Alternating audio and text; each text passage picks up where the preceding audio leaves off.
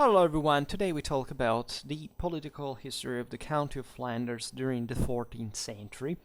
We discussed Flanders mostly for exactly this late medieval era's warfare, and we made videos about the Battle of Courtrai, also one about the Flemish army organization. So we have seen, I think, a lot of interesting and overlooked things in there, especially as far as the historiographical interpretation of those military accomplishments is concerned. But we never made a video about, I think, Flanders in general, Flemish history per se, right?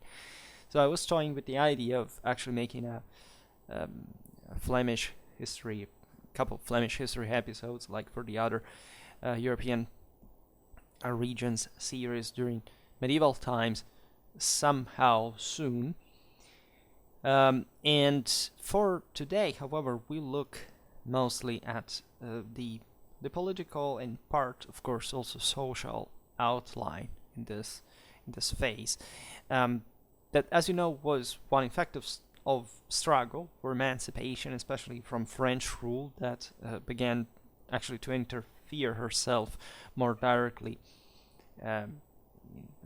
with Flanders after the let's say the consolidation of the southwestern border of France, the failed campaign of Philip III in Catalonia, and the realization by his son Philip IV that this northeastern region of the same kingdom of France, because that's what historical Flanders practically were, right? You know, they were split between France that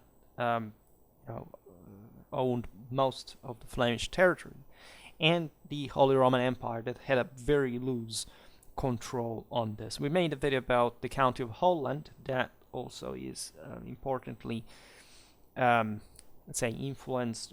Let's say it was a reciprocal influence with the County of Flanders. So we will have to look at all these actors in detail. There's the County of Hainaut that is practically part of Flemish comital power. There is Brabant, right? All areas we will have to look a bit more in depth. They're somehow overlooked because, of course, they weren't the seat of any major power at the time. But especially as far as the Flemish towns are concerned, this, as you know, were some of the richest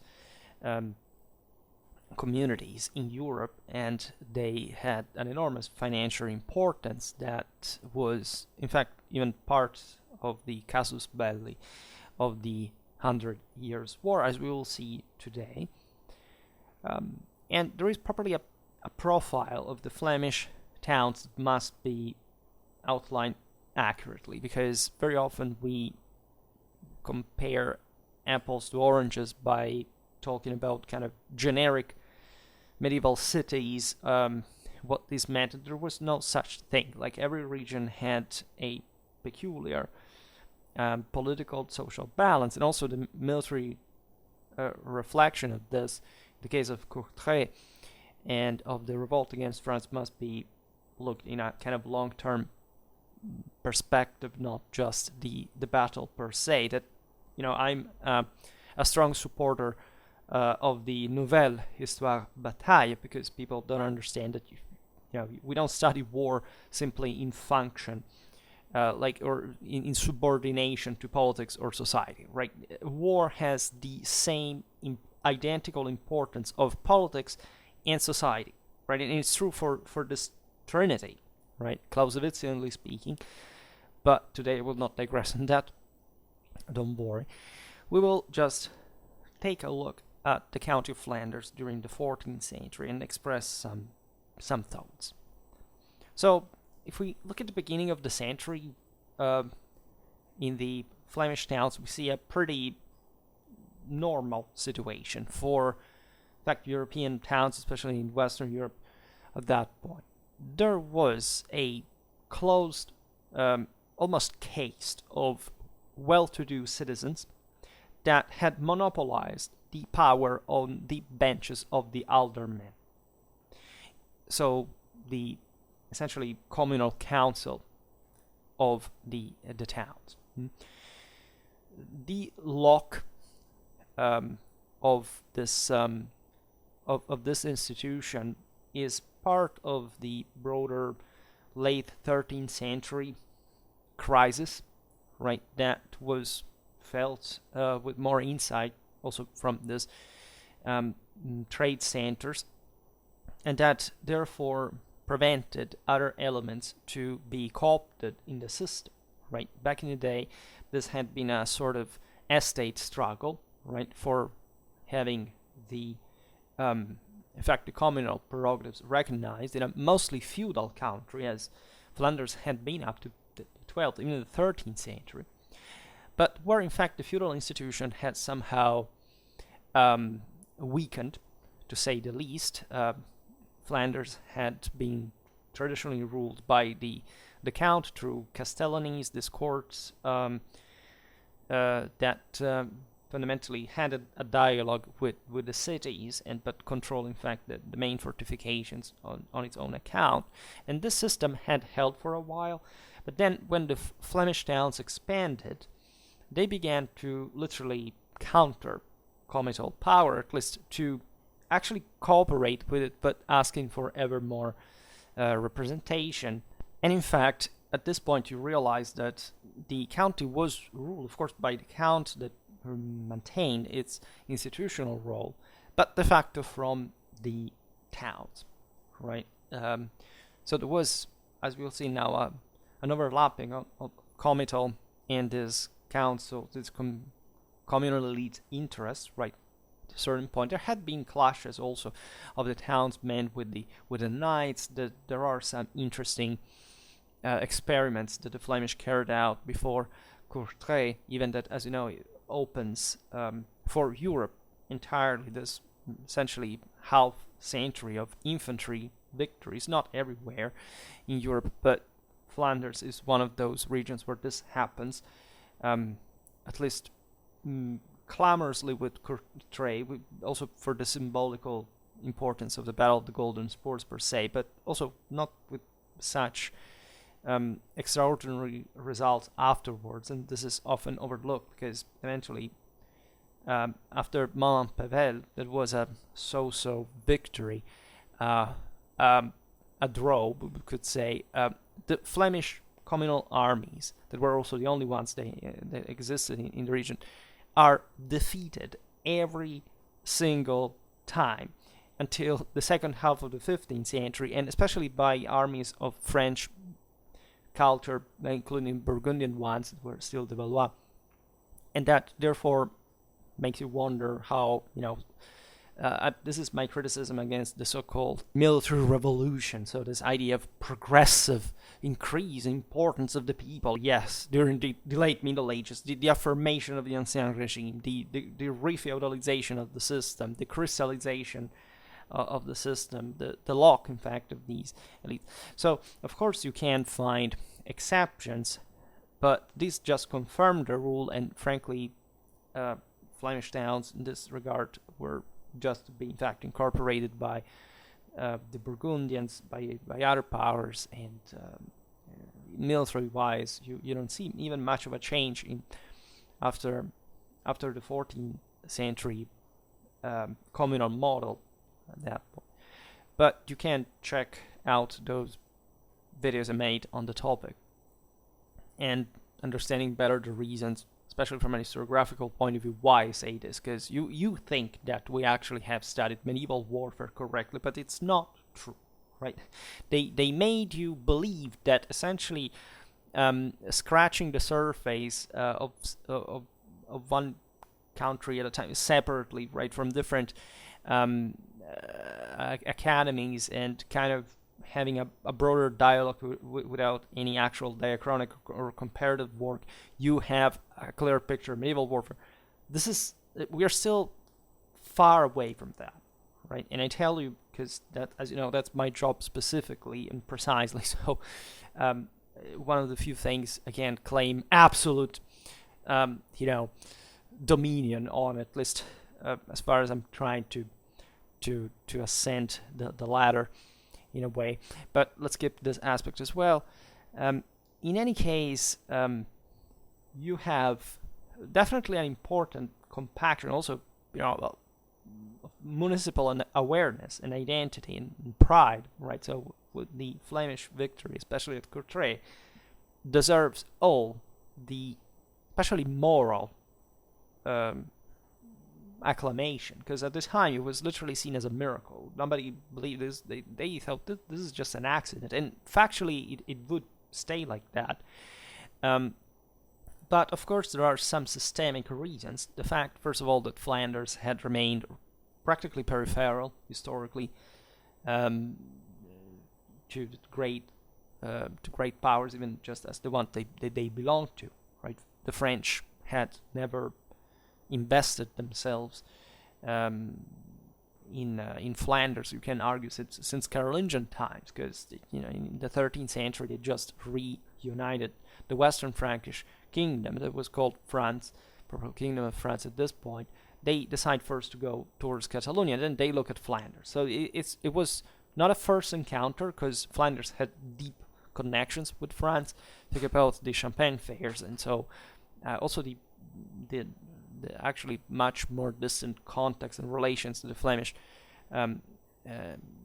held with other countries as an important trade hub, but the direct political control of the French crown had never kind of arrived concretely. Even though, again, the Count of Flanders was a vassal of the King of France, and thus he had been supportive also of French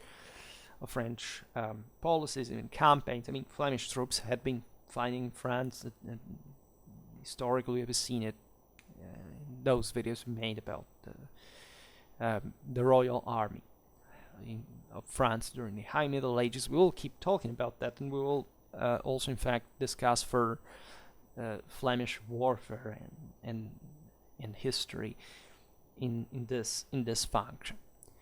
So since 1252, and especially from 1280, the status of this Flemish patriciate in the local communes had been challenged. So this elite one, through strikes, social revolts, by actually an heterogeneous front of manual laborers from the textile sector, that, as you know, in Europe was becoming particularly important industrially wise. So a sort of middle class, right? It wasn't really a class struggle, because the concept is just that doesn't have any connection with reality. It was mostly an estate struggle or estate struggle. There was a ferocious competition within the same guilds, etc. We will see it better now. Can talk about artisans, the new rich, right? Even merchants, just like the ones that had monopolized the councils, but that because of their more modest entrepreneurial achievements had been too late or too weak to be admitted into the closed ranks of the patriciate. Naturally, the lock had not occurred perfectly just in the moment of the crisis.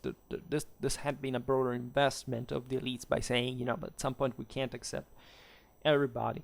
But the Flemish, artisanal merchant communities had kept remarkably expanding.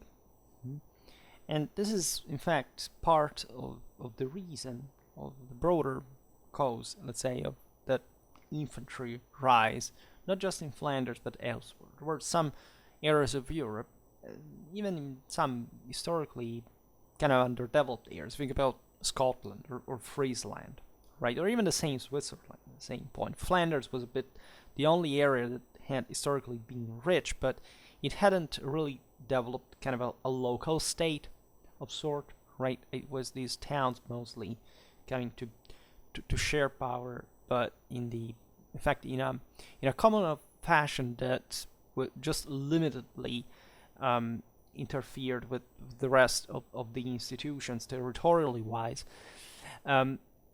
and that felt, right, the weight of the lock of the fact the lack of opportunities that this political direction had caused, and began to realize that they were many, they were strong, and that they could seize with violence their rights, their prerogatives. Right? Consider that society is stratified, politics is factional, so we can't talk at all of, as I was saying before, of class struggle or whatever. But as we will see now, in 1297, these groups forced their way onto the benches of the aldermen. So they entered forcibly the government of the Flemish Communes. And what did the establishment do? I mean, how did we get to this point? So, immediately there is a breakdown of authority. And this is hardly just a Flemish matter. At least it has to do with the relation between France and Flanders, but also between France and England, and the wars that had been fought by the latter two. And that had naturally affected Flanders, and that was evidently an objective, a target of the French ambition. Why? Because, of course, what's better than a politically divided and importantly rich country to seize, right? And England had stood in the way because the English interest, as you know, had been more British ever since the loss of France after Bouvines. So invading Flanders had practically no legal foot. But England had historically been exporting wool to Flanders, and so the great Flemish textile industry, first of all, depended on English wool, and any war between against England in general, but also from the side of France, was indirectly damaging the interests of the Flemish communes, and of course also, well, obviously the one of England, obviously enough, because the channel navigation would have been endangered by the French navy, right? The French Genoese one that could blockade the ports, could carry out raids, so rendering insecure, doesn't matter how close geographically Flanders and England are through that stretch of sea, to important damage, because of course the market would have not invested anymore in that kind of trade, would have looked at different directions. And it's obvious that the direct French occupation of the Flemish centers could have even opened to further trade, but under the control of France, it would have basically gotten that surplus and brought it to France, and therefore taking it away from the Flemish communes. So the old patricians had somehow preferred to adapt to the international circumstances by saying, okay, we earn already a lot. In order to keep the war out of the country, we will comply to, if not entirely, but still having kind of a dialogue with the French proposals and so on. The rest of the people began to doubt this was the better option, and so they decided to step in violently, actually, in the communal policy, as we've seen, and preventing from, or at least prepare themselves to fight against a change. In all this, there was no working class revolution at all, right? The commons were still under, of course, other masters, other patrons, whose clienteles would have automatically brought the commoners some benefit. So again, there was no such thing like a class struggle at all. And another reason was that the interests of the groups involved in the kind of artisan, newly enriched merchant side were too divergent, right? The lower strata of society, of course, had less comprehensive awareness of the political reality, and they are actually not fighting for a broader liberty or whatever. They're actually just trying to seize as much as they can. In the immediacy, it doesn't matter whether this kind of damages, a functional hierarchy and system that can land the entire community somewhere better than this conflicts can trigger. So after the first war with France, we will see it now, urban policy was split, or at least saw the coexistence of radical as well as moderate representatives. These were of the weavers and fullers' crafts working in the textile export industry.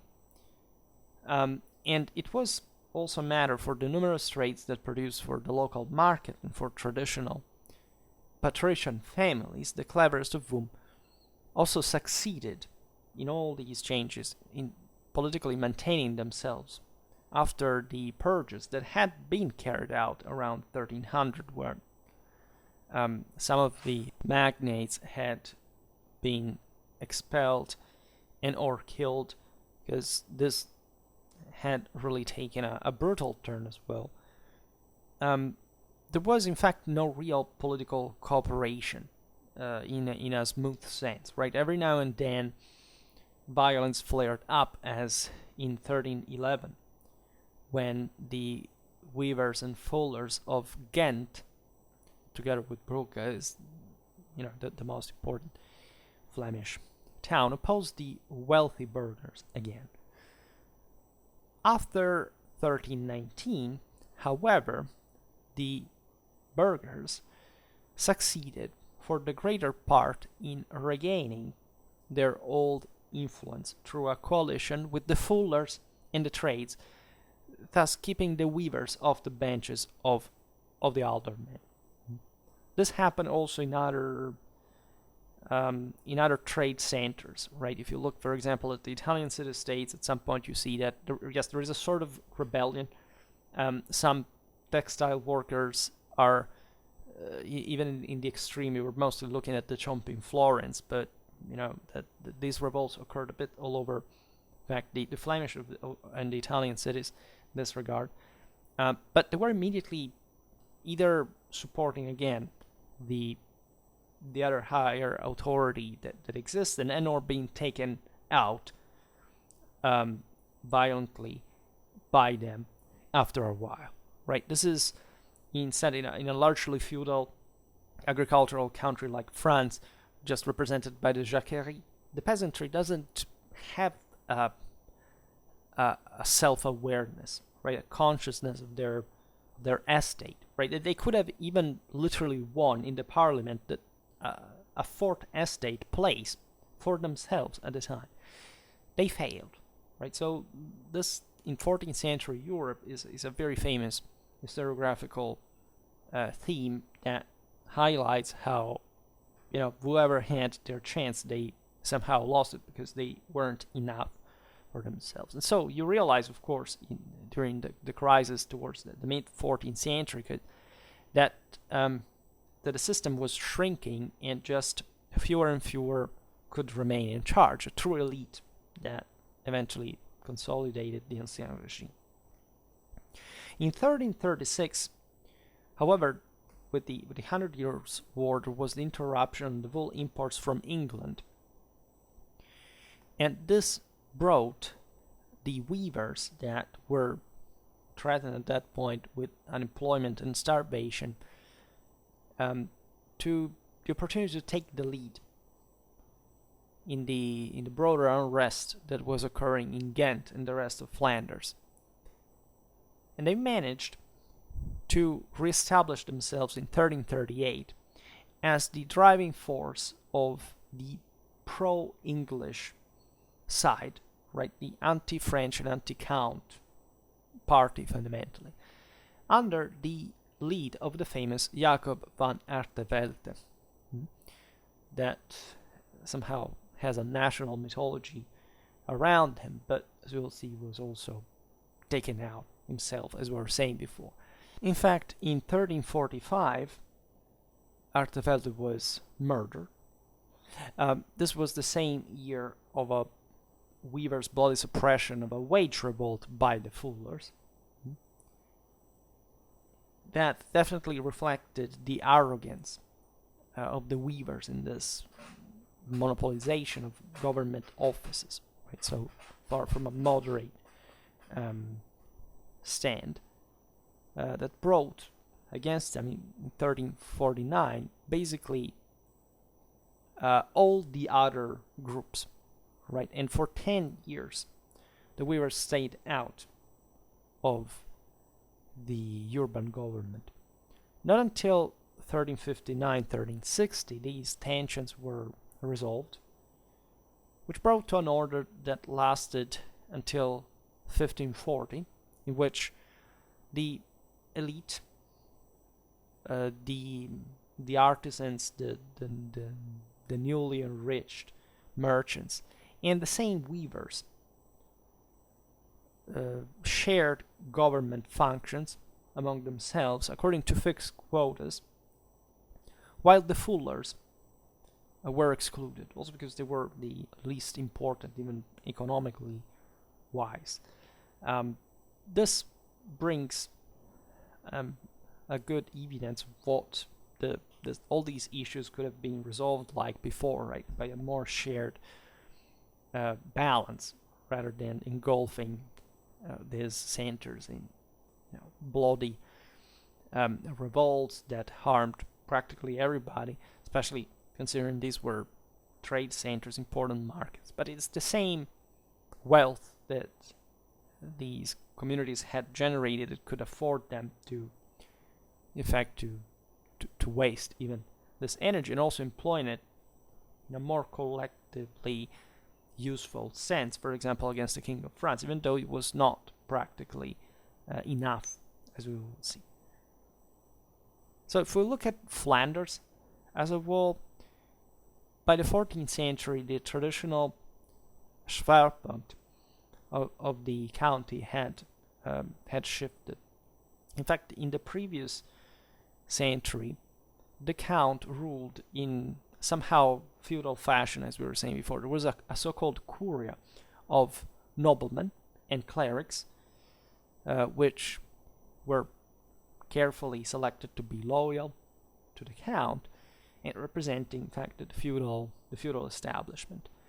The towns were voiced in the Communal Council through the so-called Scabini Flandriae, right? So the Scabines of Flanders, that fundamentally brought only the voice of the patricians of the 5 main Flemish towns, because these were the men that, as we've seen, were fundamentally in charge of the centers, and by being supported and co-opted by the communal establishment, they fundamentally didn't give much problem, right? At some point they would, of course, make petitions, negotiate their prerogatives, but everything was still under the communal government in practice, and these men were,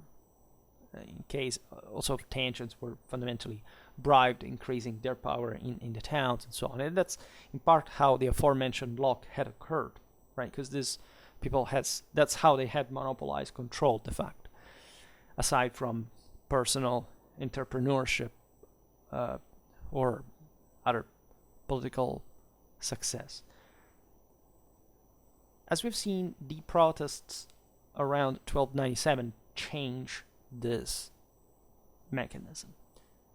After this, the people are represented in a parliament, so-called parliament, comprising a wider range of social groups. We've seen craftsmen. So individuals had not been part of the previous political elite and came from, in fact, a very different, not just socio-economical, but also cultural background. As far as the Flemish towns representation was concerned, only sometimes the smaller centers and the rural villages managed to even having a say in the system.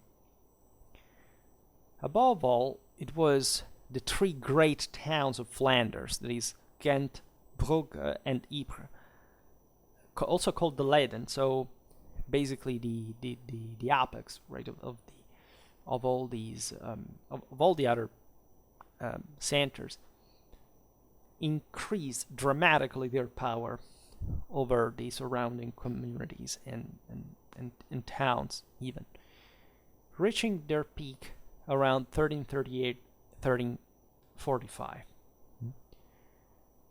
This was achieved under Jacob van Artevalde, who thus, yes, represented, as we've seen, some of the most radical instances in that context for internal representation, but as far as this could be advantageous for the groups that backed him, but that would effectively take out the lesser centers.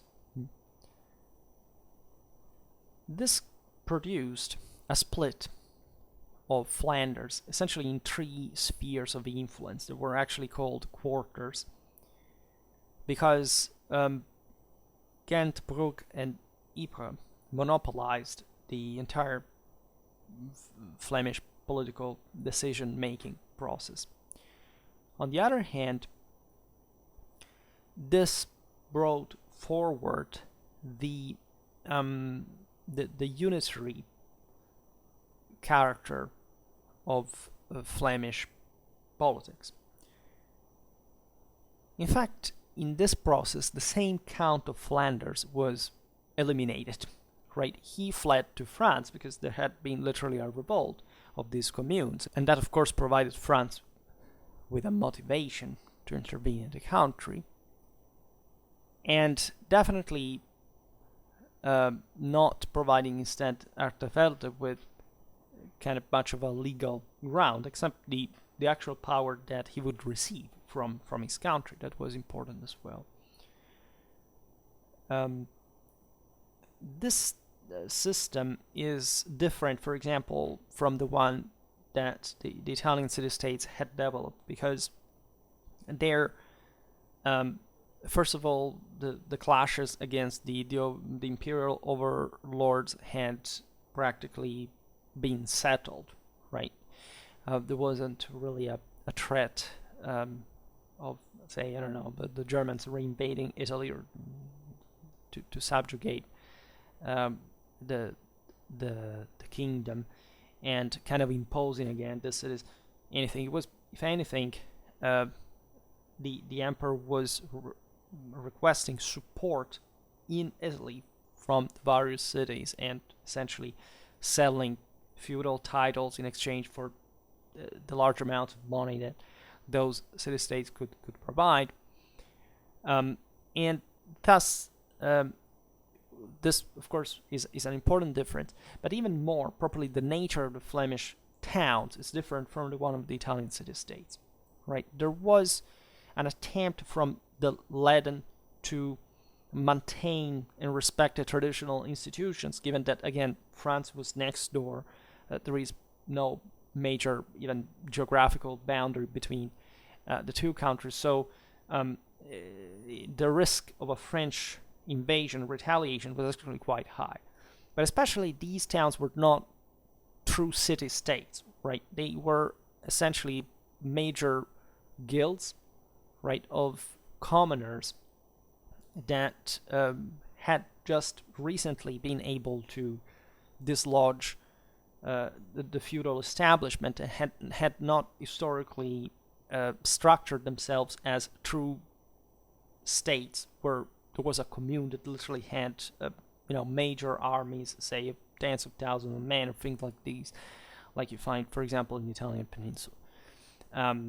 Not even by ruling over these other towns formally, because they didn't have the strength even to carry out that territorial compaction, right? Every town technically remained on its own, and it was just a matter of broader political and also economical influence rather than a process of territorial compaction or of state building, we can't say.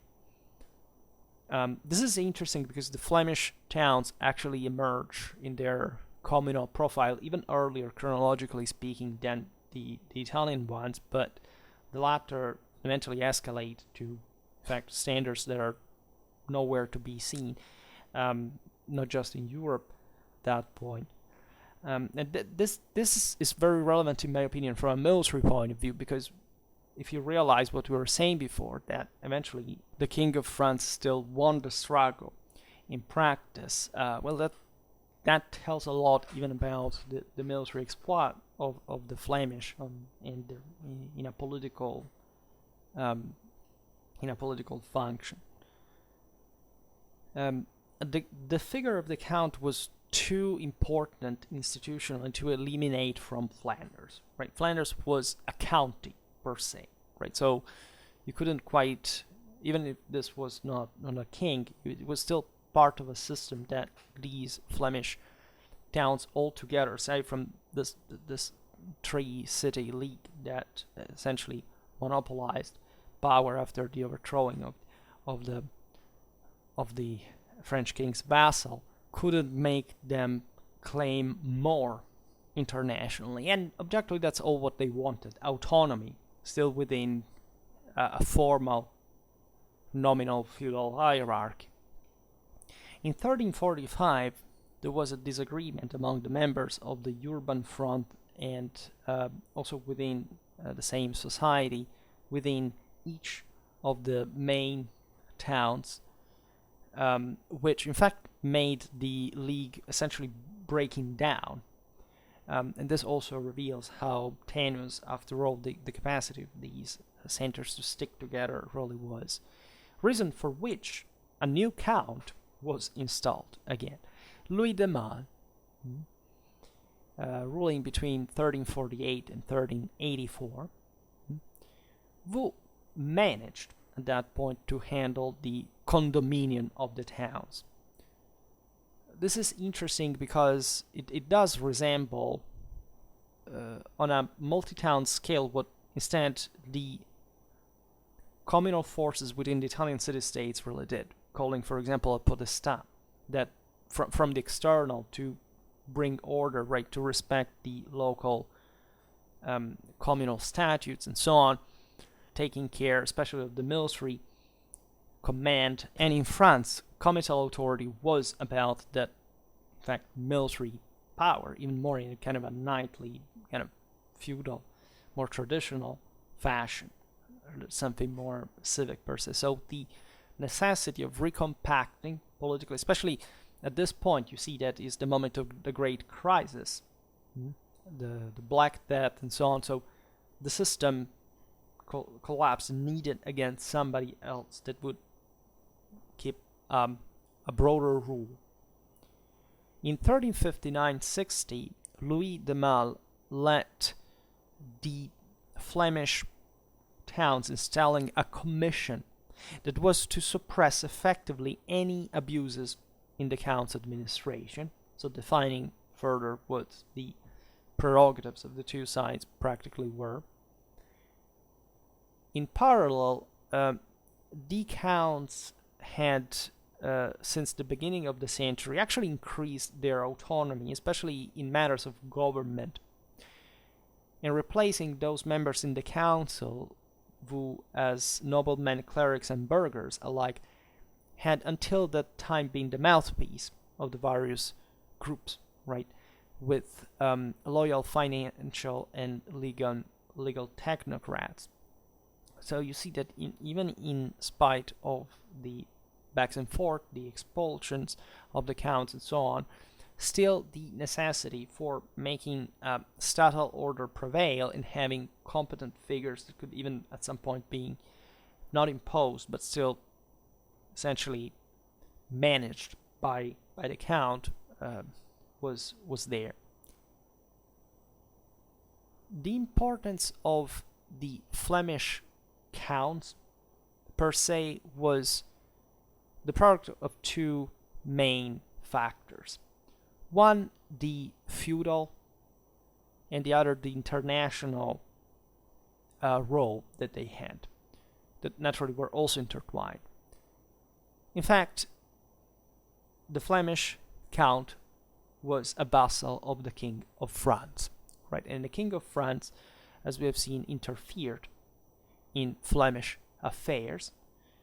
Also, at this point, and because of the more tenuous grasp that the counts now had on Flanders compared to the High Middle Ages, could be more kind of directly imposed or supported by the king, right? That was also the most powerful sovereign in Europe.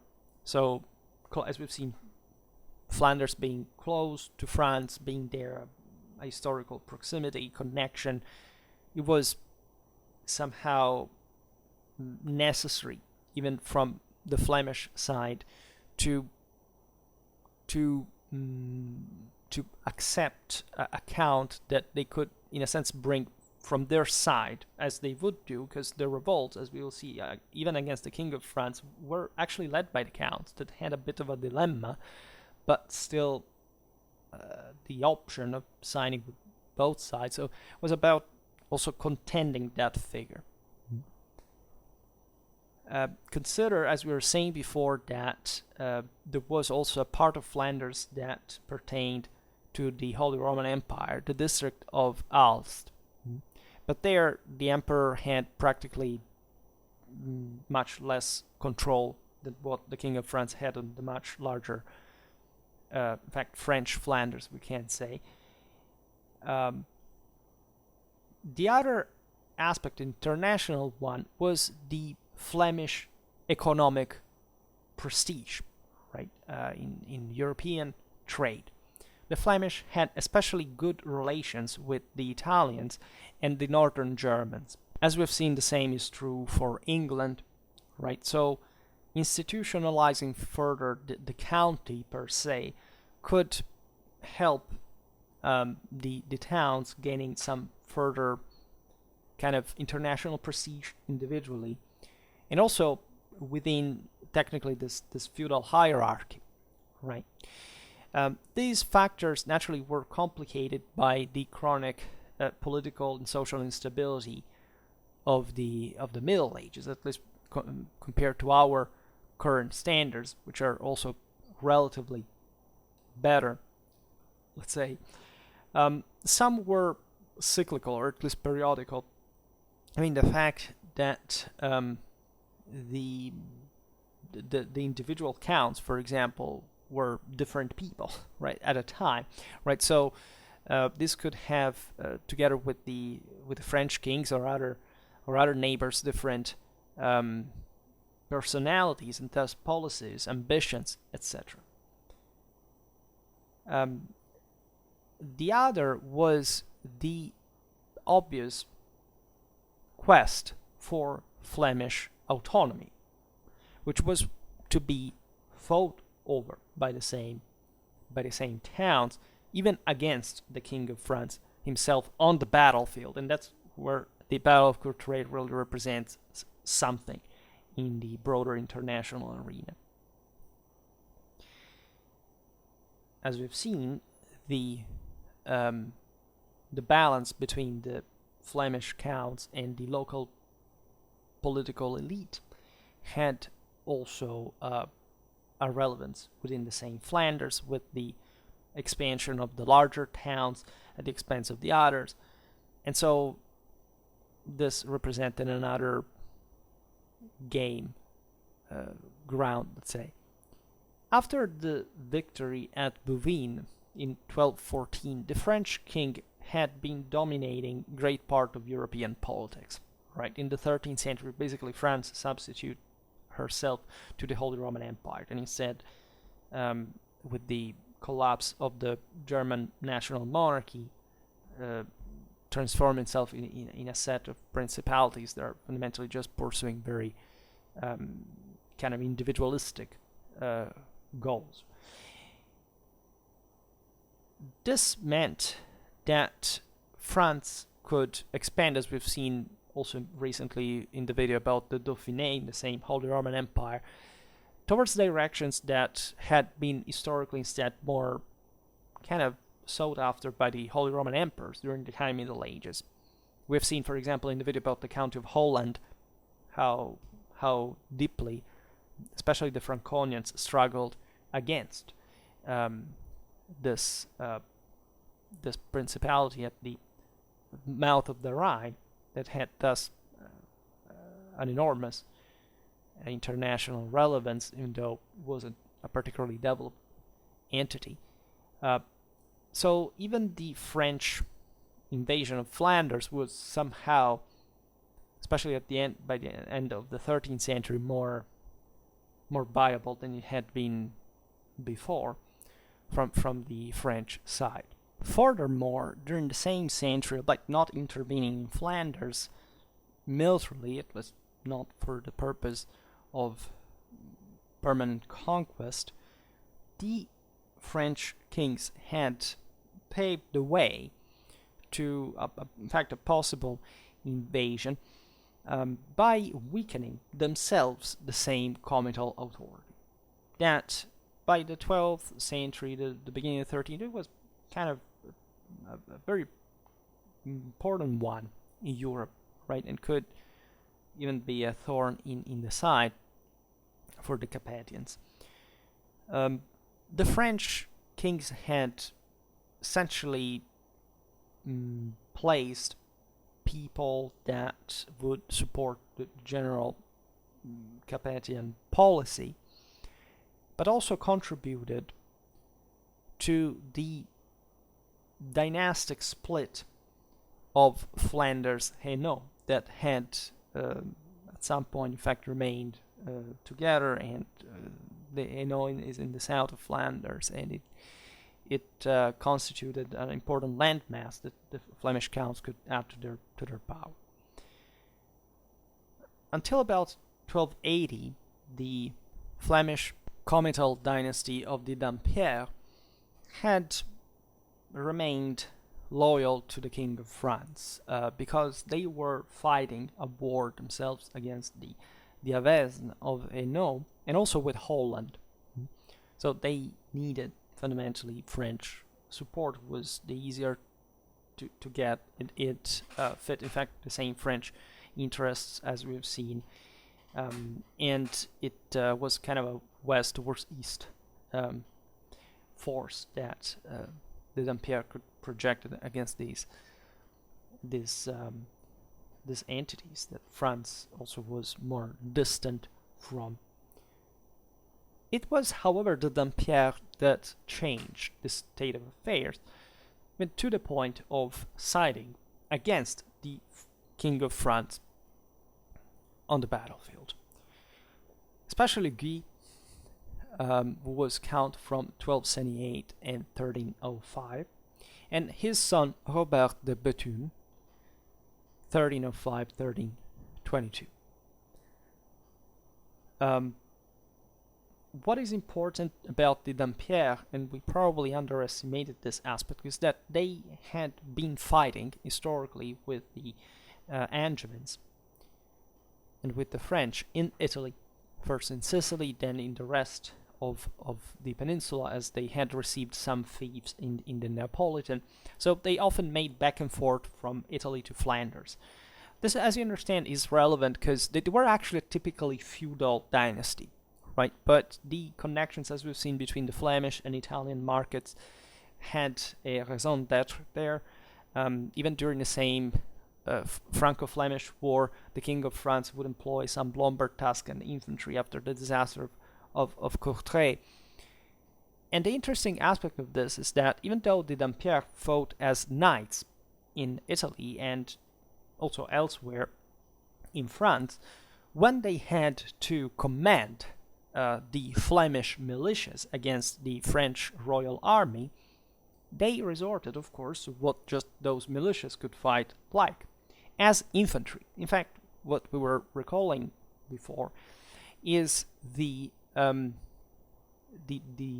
infantry-only victory that makes really the early 14th century so relevant, right? You don't measure it much otherwise because all armies were using combined arms, right? And cavalry plus infantry was definitely more effective than infantry only. But exactly for this, that these infantries, the Flemish, the Scottish, the Swiss, the Frisian ones, the Dithmarschen one, etc., stand out because in this early 14th century, but some battle each own, managed to score a victory against essentially what was the normal European army, like a feudal one, but not even, say, a cavalry-based one. Let's put it in this way. We saw what the Battle of Courtrai was about, and we've seen how the Counts of Flanders literally fought together with the infantry by evidently also providing them with an important military expertise, right? When you think about these commoners, you don't have to think that they were, again, class struggling against the terrible oppressors of the feudal elite, and that's it, right? They needed somebody who would guide them. The same Counts of Flanders, as we were seeing before, were recalled after the mid-14th century crisis. Well, some think that the military expertise in infantry warfare that the same Dampierre had not pioneered because they were mostly knights, but of course they knew the infantry potential and made a video about this in the video known as Riding into Hell, right? The constant awareness, a nightly awareness of infantry potential, right? I made some months ago. That there may have been some, say, Italian school of the Dampierre, matured in fact in Southern Europe, that was successfully brought to, say, to Flanders that didn't have the same means to adapt it because the Italians fought in a very different way, and actually in a much more advanced one, but still conferring that order, that martial profile that these counts as men of war had definitely been absorbing through their international curriculum, we could call it like this, and succeeding, in fact, at Courtrai, defeating the French charges, also at Montpevel, even though eventually they broke ranks to pursue the French cavalry, which had rallied, say, and struck back, and they almost lost the battle. And that tells you the risk of having an infantry-only army, right? So Flemish tactics were extremely simple. They were literally just a phalanx of commoners who, militarily wise, had literally not had any other experience. They were just part-time fighters at best, and that because of their moral force managed to stand their ground in an excellent, say, in a well-fortified position, managing to withstand the actually almost successful if you consider that the phalanx was actually broken cavalry charges, until just with a small reserve that, in fact, the Counts had deployed behind the phalanx, they managed to stem that break and managed to essentially counter the French cavalry.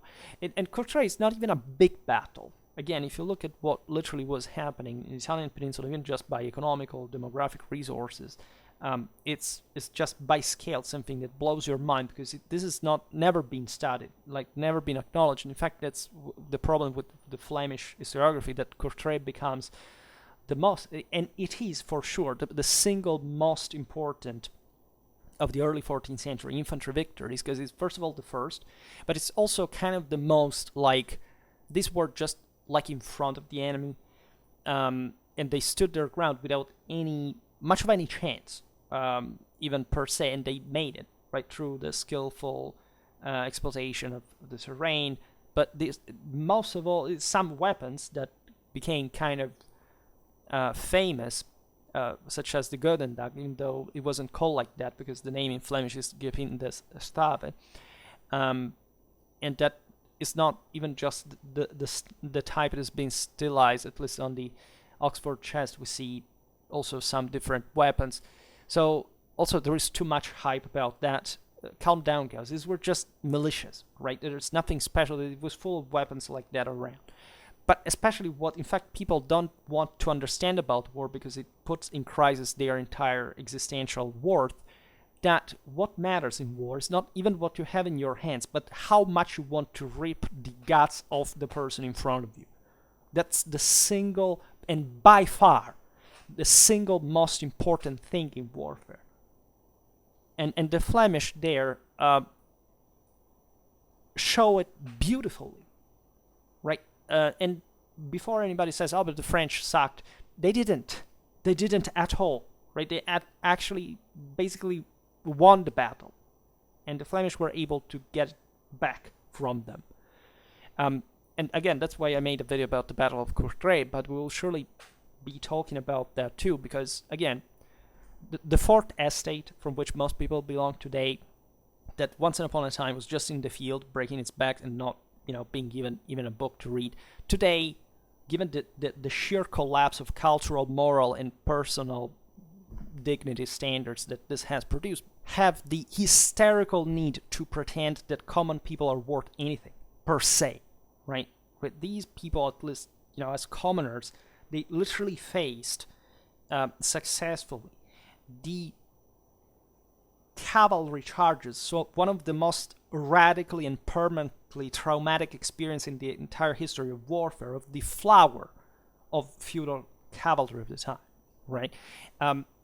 Today, nobody even realizes 1/100 of the moral scale that even just a commoner at the time had. Does not even talk about a knight. It was by scale something like 30 times more, something if you could measure that in this way. And therefore, they need to say that, you just can make this mental trick of pretending that the other was stupid so that you know better and so that you can acquire moral worth just in a radically moral subjective way.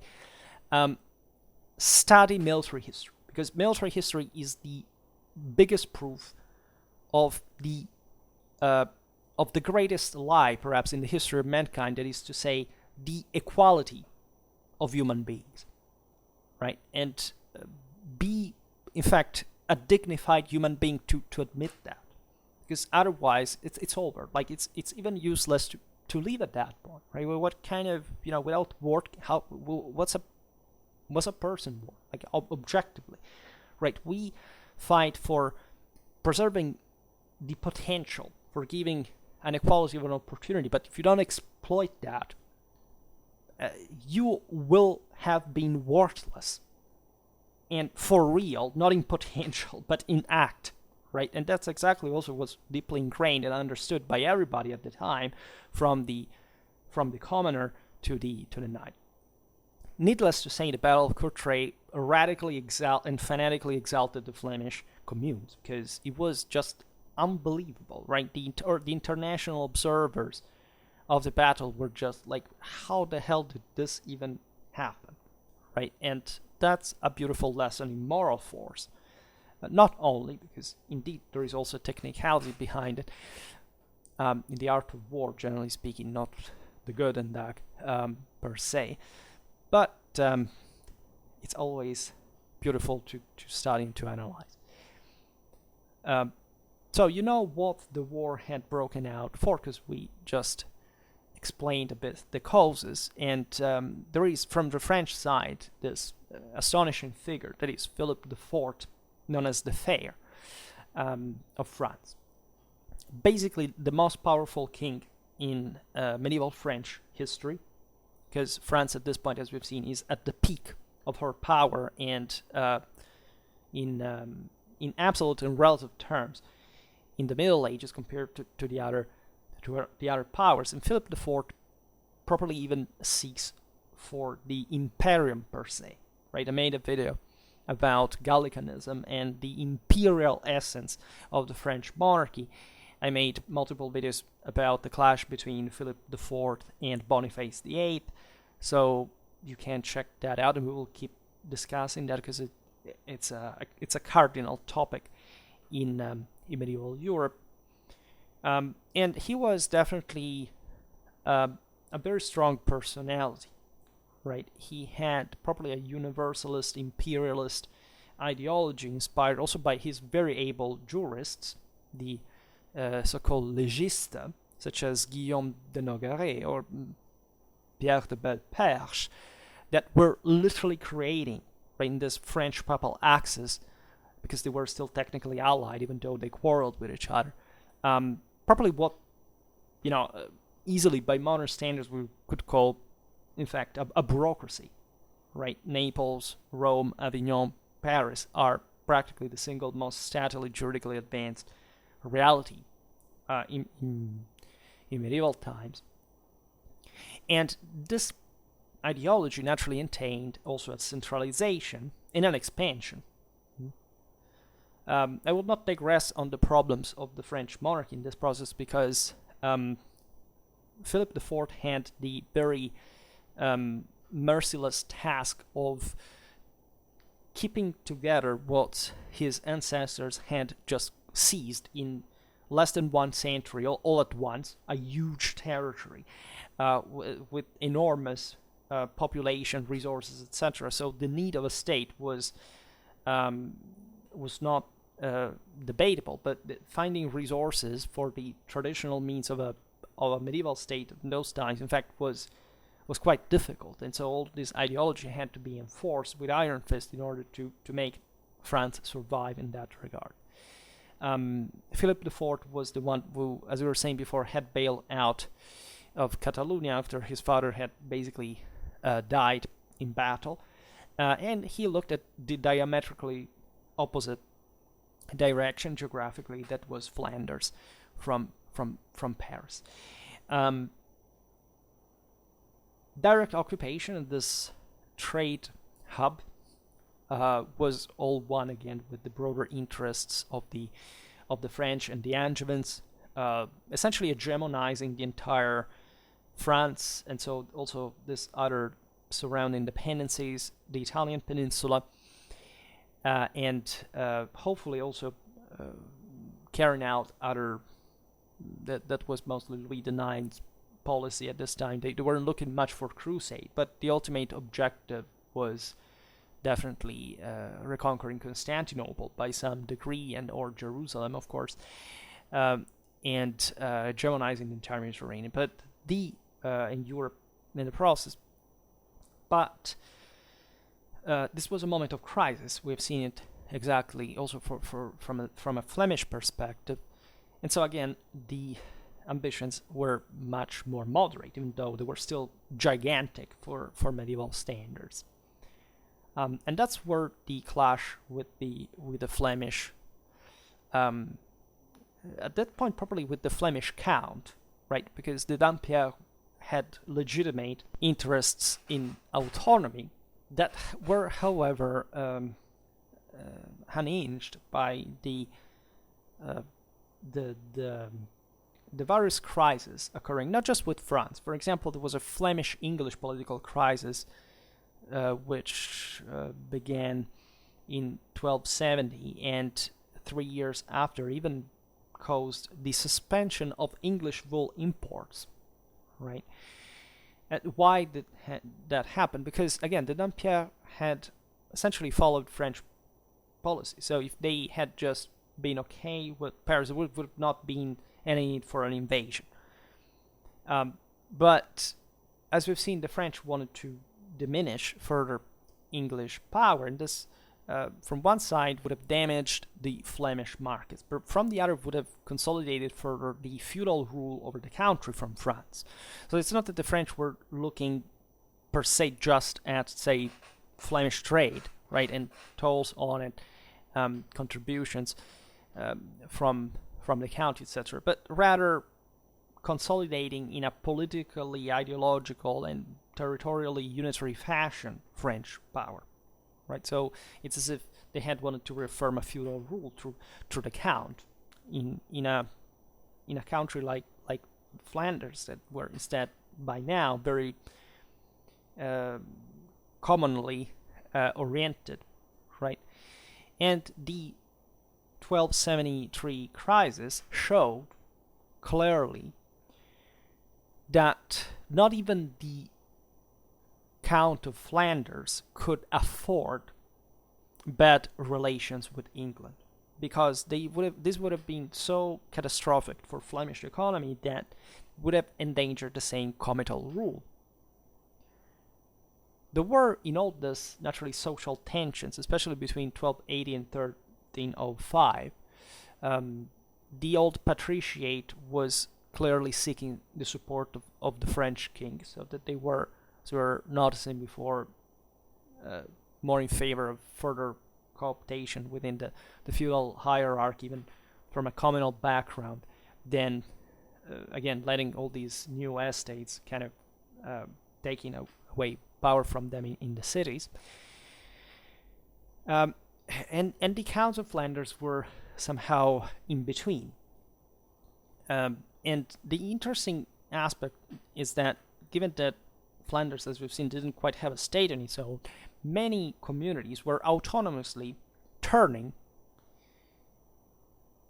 to the King of England, interestingly enough, but at the same time also to the Count, because as we've seen, they were trying to seek his favor and convincing him in carrying out a more decisively autonomous policy from the one of the French king. There were two parties basically that were formed. They were nicknamed the Leliards and the Klauvards, and the etymology being simply the lily and the lion, right? Klauv is like Lova, and the Leliard is the lily, naturally representing respectively the King of France, whose coat of arms, there's the lily, and the lion of the Flemish emblem. So the name here is quite meaningful, because it shows a separation perceived probably on the base of foreign and domestic allegiance. In 1294, England and France went at war, and Guy de Dampierre found himself in a very delicate position in these bases. He was more pushed against the French king, but going at war against him was just a huge gamble, because likely, as it would happen, Flanders would have been invaded. But the pressure was so high that he finally broke with Philip the Fair in 1297, thus renouncing his feudal loyalty that was everything in that system, and actually entering instead into an alliance with England. In May 1300, the French king occupied Flanders, probably with a royal army, and annexed the country to the royal domain. So quite, graphic consequence, and also a predicted one of the comital defection. Doesn't matter how much supported by the majority of the population. It's within this context and rebellions, massacres in the city streets of the French king's representatives, etc., that the Flemish army mobilizes, and during the siege of the castle of Courtrai, where some French troops were present, the French army meets with the rebels, who score on the royal army on July 11th, 1302, the victory of the Golden Spurs. So called because at least tradition says that hundreds of golden spurs stripped from the flower of the French nobility is slaughtered on the battlefield in these after the cavalry had crossed essentially to a way of non-return in some mostly cases the ditches, the canals that the Flemish had also entrenched themselves behind of, were brought, were hanged at the Church of Mary of Courtrai, right, and thus representing this clamorous victory, literally a war upside down, with commoners could slaughter the top nobility, and so the chosen stock by God to rule the earth. I will not digress on the battle per se, because again I made a 2 hours long video, and we will talk about this clash surely on other occasions. In any case, in spite of this clamorous victory, the Flemish were forced to the Treaty of Athens in 1305 by the King of France, who had basically won the war in the meanwhile. There was a compromise, naturally. The autonomy of the County of Flanders had been somehow restored, but at the same time, because it wasn't properly realistic to simply annexate with a direct occupation of Flanders, the entire county, etc. It was just not feasible in feudal practice, so it was normal that this would follow. But what actually was imposed by the King of France per se was first of all, the heavy reparations and territorial losses. The only land was actually annexated was Walloon Flanders. So we're talking about the district of Lille, Douai, and Auchy, plus other important, say, vexations, especially on the markets, tolls, etc., and a general direction of Flemish policy from the Carpathians. This treaty was confirmed in its content further by the one of Pontoise in 1312. At this point, the new Count of Flanders was the aforementioned Robert de Bethune, who opposed at least the French interpretation of the financial agreements between France and Flanders, because these were too disadvantageous to the latter. So even as a count, he had to maintain his subjects in a way or another. Considered that Robert did participate to the rebellion, he had surrendered with one of his brothers to Charles of Valois, so he was definitely in the bigger game. He had been in Rome at the time of the revolts, come back Flanders, so very interesting background that we will perhaps assess in other videos, because by the way, I'm researching currently, I will keep researching for further about the Dampierre, exactly because of these art of war interest, international influence, and so on. So of course the same French kings needed somebody who would be acceptable for the Flemish as well, so the Dampierre were still made for that role in a way or another. Robert rebelled militarily in 1314-16, and the French essentially defeated the Flemish again, and the system was repressionated again. Then we have Louis de Nevers, Count of Flanders between 1322 and 1348, who was actually a much weaker personality compared to his predecessors. In 1323, in coastal Flanders, there was a rural revolt. This was not just like a group of hot-headed, peasants pushed by hunger or anything. It was actually a very well-arranged revolt by some of the richest farmers that were demanding for a better property law for their possessions. And Louis didn't know how to handle the situation, nor diplomatically, nor just understanding concretely what what to do about this politically, so that he turned in fact to a minority group, the one of the old Ghent Leliard families, so actually the French supporters. In 1328, just like it had happened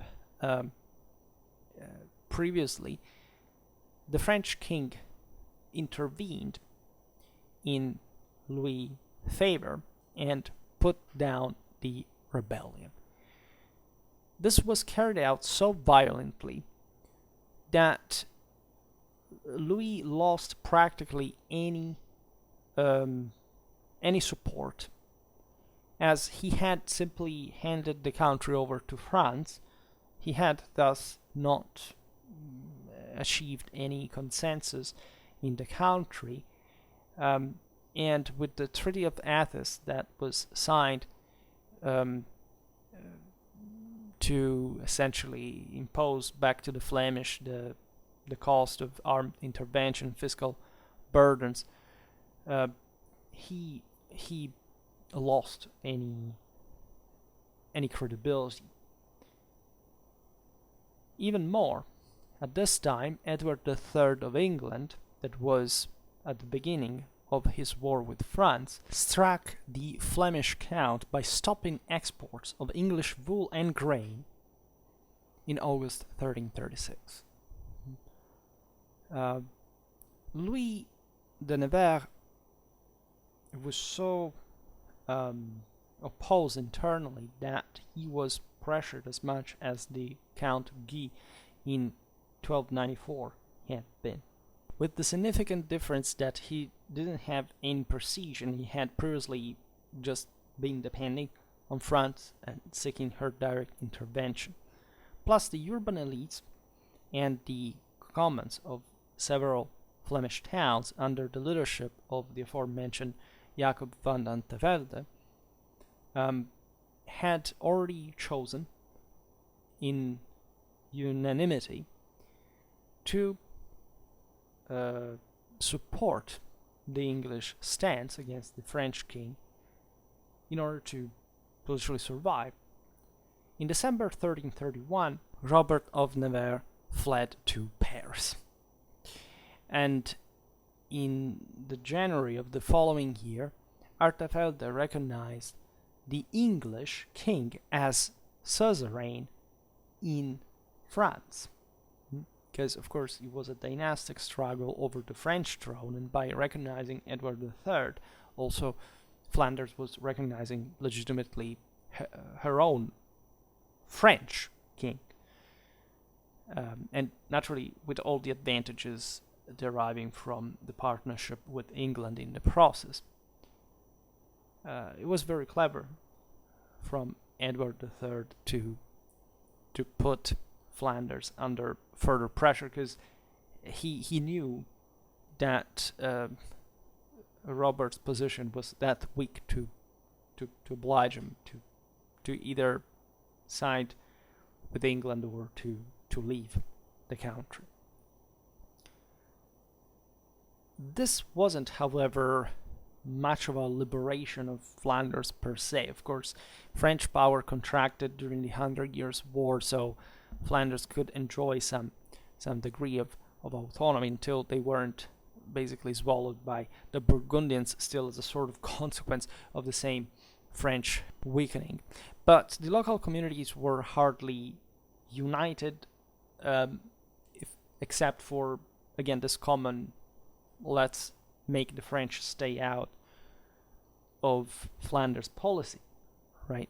For example, Ghent immediately seized this opportunity that had emerged in supporting Edward III for beginning to bully other towns, right? And there was this radical wing of the weavers, as we've seen, that began to insult other guilds,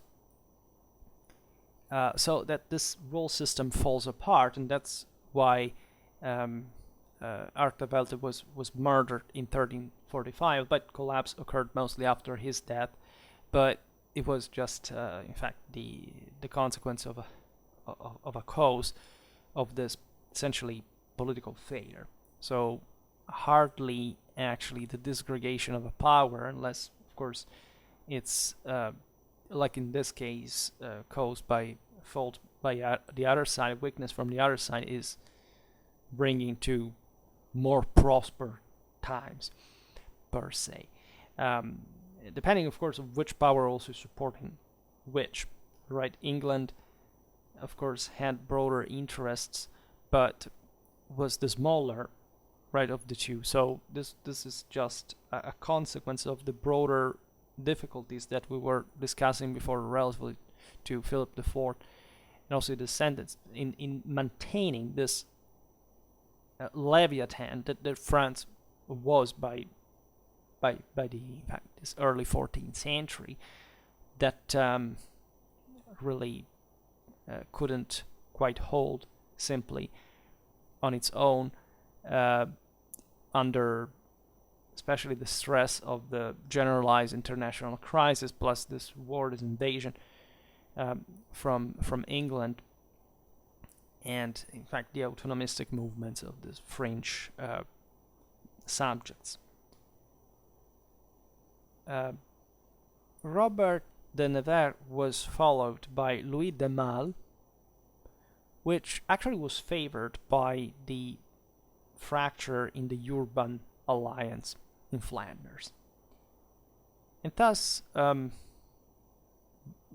he was able to take actually more independent position towards foreign countries, because again, the system had been collapsing but everywhere. So there was, in this mid 14th century, a sort of shrinking also of the boundaries of the interaction, and some powers were kind of remaining more isolated, right?